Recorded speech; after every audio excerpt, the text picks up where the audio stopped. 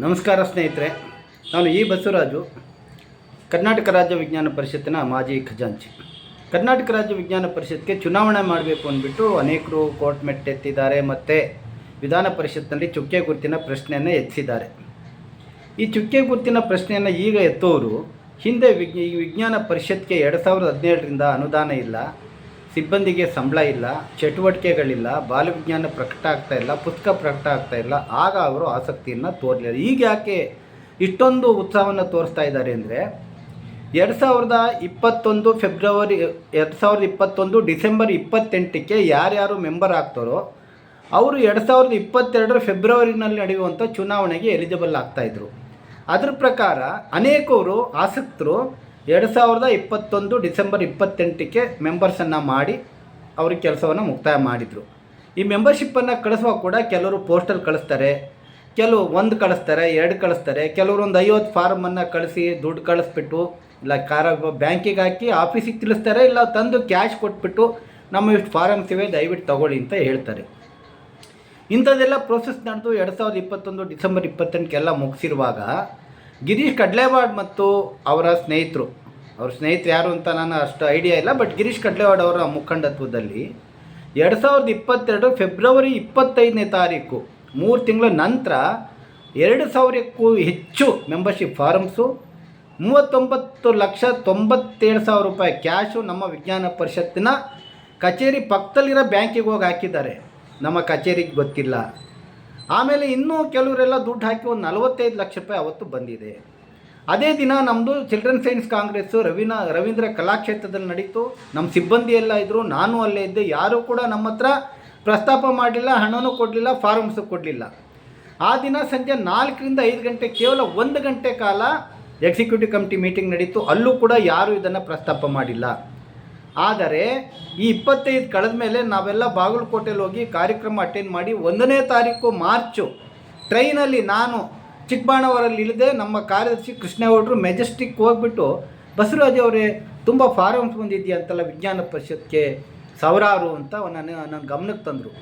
ನಾನು ತಕ್ಷಣ ಕಚೇರಿಗೆ ಹೋಗಿ ಚೆಕ್ ಮಾಡಿದೆ. ರಾಜಶೇಖರ್ ಪಾಟೀಲ್ ಅನ್ನುವ ನಮ್ಮ ಕಚೇರಿ ಸಿಬ್ಬಂದಿ ಜೊತೆ ಮಾತಾಡಿದಾಗ, ಸರ್ ಯಾರೋ ಗೊತ್ತಿಲ್ಲ, ಒಂದು 3 ಜನ ತಂದು ಇಷ್ಟೊಂದು ಫಾರಮ್ಸ್ ಕೊಟ್ಟು ಹೋಗಿದ್ದಾರೆ. ರ್ಯಾಂಡಮ್ ಆಗಿ ನೋಡಿದೆ, ಸುಮಾರು 16 ಜಿಲ್ಲೆಗಳಿಂದ ಬಂದಿದೆ. ಹಿಂದೆ ಮಾಡುವಾಗ ಅವ್ರ ಜಿಲ್ಲೆದು ಕಳಿಸ್ತಿದ್ರಲ್ಲ, ಅವ್ರು ಡಿವಿಷನ್ ಕಳಿಸ್ತಾಯಿದ್ರು. ಇಲ್ಲೇನಾಗಿದೆ, ಇಡೀ 16 ಜಿಲ್ಲೆಗಳದ್ದು ಒಂದು ಫಾರಮ್ಸ್ ಬಂದು KRUP ಸೇರಿಕೊಂಡಿದ್ದೆ. ಮತ್ತು ನಮ್ಮ ಲೆಕ್ಕಪತ್ರ ಶಾಖೆಯಲ್ಲಿ ವಿಚಾರಿಸಿದಾಗ ಅವ್ರು ಯಾರಿಗೂ ಕೂಡ ಈ ದುಡ್ಡು ಬಂದಿರೋದು ಗೊತ್ತಿಲ್ಲ, ಹೋಗಿ ಬ್ಯಾಂಕಿಗೆ ದುಡ್ಡು ಹಾಕಿದ್ದಾರೆ. ನಾನು ತಕ್ಷಣ ಖಜಾಂಚಿಯಾಗಿ ಬ್ಯಾಂಕಿಗೆ ನೋಟಿಸ್ ಕೊಟ್ಟು ಲೆಟ್ರ್ ಕೊಟ್ಬಿಟ್ಟು ಅಲ್ಲಿಂದ ಯಾರು ಕಟ್ಟಿದ್ರು ಡೀಟೇಲ್ಸ್ ಕೊಡಿ ಅಂದರೆ ಅವರೊಂದು ಚಲನ್ ಕೊಟ್ಟರು. ಚಲನ್ನಲ್ಲಿ ಏನಿದೆ ಅಂದರೆ ರೆಮಿಟರ್ ಹೆಸರು KRUP ಅಂತ ಇದೆ. KRUP ಹೆಸರೆಲ್ಲದು ಇರಬೇಕಾದ್ರೆ ಯಾರು ಅಧಿಕಾರ ಕೊಟ್ಟರು, ಗಿರೀಶ್ ಕಡ್ಲೇವಾಡ್ ಅಥವಾ ಯಾರಿಗಾದರೂ KRUP ಅಂತ ಬರೆಯೋಕ್ಕೆ ಯಾರು ಅಧಿಕಾರ ಕೊಟ್ಟರು? ನಾನು ಮಾಡೋಂಗಿಲ್ಲ ಆ ಕೆಲಸನ. ಏನಿದ್ರು ನಾವು KRUPಯ ಲೆಕ್ಕಪತ್ರ ಶಾಖೆಗೆ ಅದನ್ನು ಕೊಡಬೇಕು, ಅಕೌಂಟ್ ಸೆಕ್ಷನ್ಗೆ. ಅವರು ಅದನ್ನು ಕ್ಯಾಶ್ ಬುಕ್ನಲ್ಲಿ ನಮೂದು ಮಾಡಿಕೊಂಡು ನಮ್ಮ ಕಚೇರಿ ಸಿಬ್ಬಂದಿ ಹೋಗ್ಬಿಟ್ಟು ಡಿನಾಮಿನೇಷನ್ ಎಲ್ಲ ಬರೆದು ಬ್ಯಾಂಕಿಗೆ ಸಬ್ಮಿಟ್ ಮಾಡಬೇಕು. ಇವ್ರು KRUP ಅಂತ ಬರೆದ ತಕ್ಷಣ ಬ್ಯಾಂಕ್ನವರು ಕನ್ಫ್ಯೂಷನ್ ಆಗಿ ತೊಗೊಂಡಿದ್ದಾರೆ ಹೊರತು ಇಲ್ಲಾಂದ್ರೆ ಅವ್ರು ತೊಗೊಳ್ತಿರಲಿಲ್ಲ ಅಂತ ನನ್ನ ತಿಳುವಳಿಕೆ. ಬ್ಯಾಂಕ್ನವರು ಕೂಡ ಇಕ್ಕಟ್ಟಿ ಸಿಕ್ಕಾಕೊಂಡಿದ್ದಾರೆ ಇವ್ರ ಕೆಲಸದಿಂದ. ನಾನು ಅವ್ರ ಬಗ್ಗೆ ಕಂಪ್ಲೇಂಟ್ ಕೂಡ ಮಾಡಿದ್ದೆ. ಆಮೇಲೆ ಮೊಬೈಲ್ ನಂಬರ್ ಯಾರಿದೆ ಅಂದರೆ ಗಿರೀಶ್ ಕಡ್ಲೇವಾಡ ಅವ್ರದ್ದಿದೆ ನಂಬರು. ಅವ್ರು ಯಾಕೆ ಅವ್ರ ಹೆಸರು ಬರೀಲಿಲ್ಲ?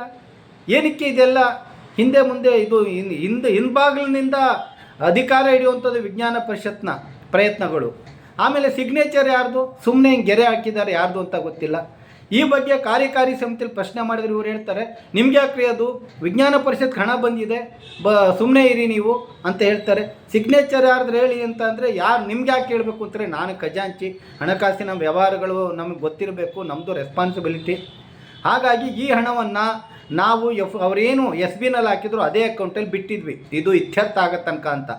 ಮತ್ತು ಈ ಬಗ್ಗೆ ಲೋಕಾಯುಕ್ತದಲ್ಲಿ ಕಂಪ್ಲೇಂಟ್ ಆಗಿದೆ. ಈ ದುಡ್ಡು ಹೆಂಗೆ ಬಂತು, ಯಾರಿಂದ ಬಂತು ಈ ದುಡ್ಡು, ಇಷ್ಟೊಂದು ಹಣ ಇವ್ರಿಗೆ ಎಲ್ಲಿಂದ ಬಂತು? ಆಮೇಲೆ ಉತ್ತರ ಕೊಡ್ತಾರೆ RTIನಲ್ಲಿ, ಇಲ್ಲ 106 ಜನ ಬಂದರು, ಅವರೆಲ್ಲ ಕಾರ್ಯಕ್ರಮ ಬಂದಿದ್ದವ್ರು ನಮ್ಮ ಹತ್ರ ದುಡ್ಡು ಕೊಟ್ಬಿಟ್ರು. ಆಮೇಲೆ 4-5 ಜನ ಬ್ಯಾಂಕಿಗೆ ಹೋದ್ವಿ, 4 ಗಂಟೆ ಆಗಿಬಿಟ್ಟಿತ್ತು, ಬ್ಯಾಂಕ್ ಮ್ಯಾನೇಜರು ಈ ಟೈಮ್ ಇಲ್ಲ, ಒಂದೇ ಫಾರಮಲ್ಲಿ ಕೊಡಿ. ಈ ಕತೆಗಳೆಲ್ಲನೂ ಯಾರ ಹತ್ರ ಹೇಳ್ತಾ ಇದ್ದಾರೆ ಕತೆಗಳನ್ನ?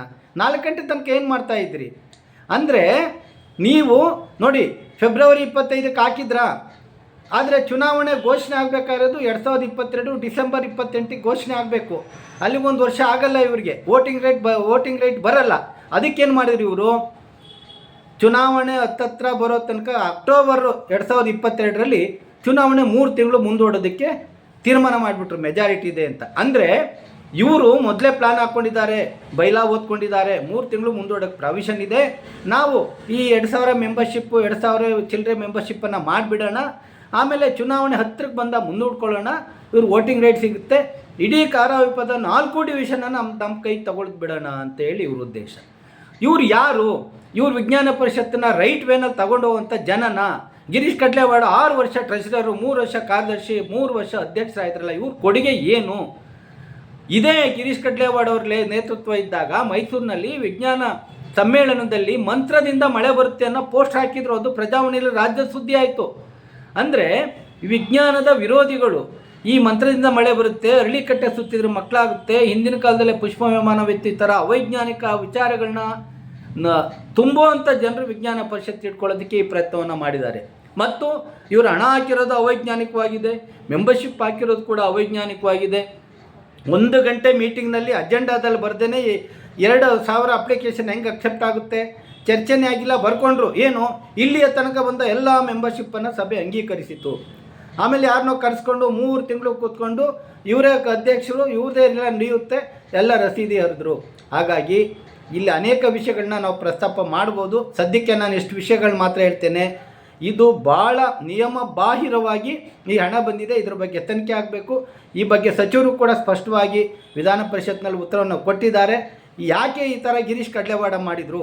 ಇದು ಒಂದೇ ಮಾಡಿಲ್ಲ, ಅವರು ಓವಡಿಗಳನ್ನ ದುರುಪಯೋಗ ಪಡಿಸ್ಕೊಂಡಿದ್ದಾರೆ. ಅದೇ ರೀತಿ ಒಂದು ಯೂನಿಟ್ಗಳನ್ನು ಮಾಡಿ ನಮ್ಮ ಮಹೇಶ್ ಅಂತ EC ಮೆಂಬರು ನಾವೆಲ್ಲ ಕೊಟ್ಟರೆ ಕಾರ್ಯದರ್ಶಿಗಳು ಆ ಯೂನಿಟ್ ಫಾರಮ್ಸನ್ನು ಅಪ್ರೂವ್ ಮಾಡಿ ಪೋಸ್ಟ್ ಮಾಡೋದಕ್ಕೆ ಕಳಿಸಿದರೆ ಈ ಗಿರೀಶ್ ಕಡ್ಲೆವಾಡು ಪೋಸ್ಟ್ ಆಫೀಸ್ಗೆ ಹೋಗಿದ್ದ ಕೌತೇಗೌಡ ಅನ್ನೋ ಸಿಬ್ಬಂದಿಯನ್ನು ವಾಪಸ್ ಕರೆಸಿದ್ದಾರೆ. ಅಂದರೆ ನೀ ಅಧ್ಯಕ್ಷ ಎಲ್ಲ ಕಾರ್ಯದರ್ಶಿಯನ್ನು ಎದುರಿಸ್ಕೊಳ್ಳೋದು, ಹೇಳಿದ ಕಡೆ ಸೈನ್ ಹಾಕ್ಸ್ಕೊಳ್ಳೋದು. ಹಾಗಾಗಿ ಇಡೀ ವಿಜ್ಞಾನ ಪರಿಷತ್ತನ್ನು ಅವನತಿ ಹಾದಿಗೆ ತಂದಿರುವಂಥದ್ದು ಗಿರೀಶ್ ಕಡ್ಲೆವಾಡ್. ತನ್ನ ಅಧಿಕಾರವನ್ನು ದುರುಪಯೋಗ ಪಡಿಸ್ಕೊಂಡಿರೋದು, ಇವರು ಅಧಿಕಾರಾವಧಿಯಲ್ಲಿ ಕೆಲಸ ಮಾಡದೇ ಇದ್ದರೂ ಕೂಡ ಮತ್ತೆ ಈ ಸಂಸ್ಥೆಯನ್ನು ಹಿಡಿತದಲ್ಲಿ ಇಟ್ಕೊಳ್ಳೋದಕ್ಕೆ ಪ್ರಯತ್ನ ಮಾಡಿರುವಂಥದ್ದು ಭಾಳ ತಪ್ಪು. ಈ ಬಗ್ಗೆ ಸರ್ಕಾರ ತೀವ್ರವಾದ ತನಿಖೆಯನ್ನು ಮಾಡಬೇಕು. ಇವರು ಏನೇನು ಇಲ್ಲಿಗಲ್ಲು ನಿಯಮ ಬಾಹಿರ ಕೆಲಸ ಮಾಡಿದ್ದಾರೆ ನೋಡಿ. ಮೈಸೂರಿನಲ್ಲಿ ಒಂದು ಸಭೆ ಫಿಕ್ಸ್ ಆಯಿತು.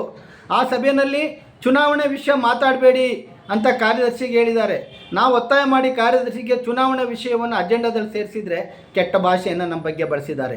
ಅಂದರೆ ಚುನಾವಣಾ ವಿಷಯ ಚುನಾವಣೆ ಹತ್ತಿರಕ್ಕೆ ಬರೋ ತನಕ ಚರ್ಚೆ ಆಗಬಾರ್ದು, ಮೊದಲೇ ಚರ್ಚೆ ಆಗಿಬಿಟ್ರೆ ಎಲ್ಲರಿಗೂ ಗೊತ್ತಾಗ್ಬಿಡುತ್ತೆ.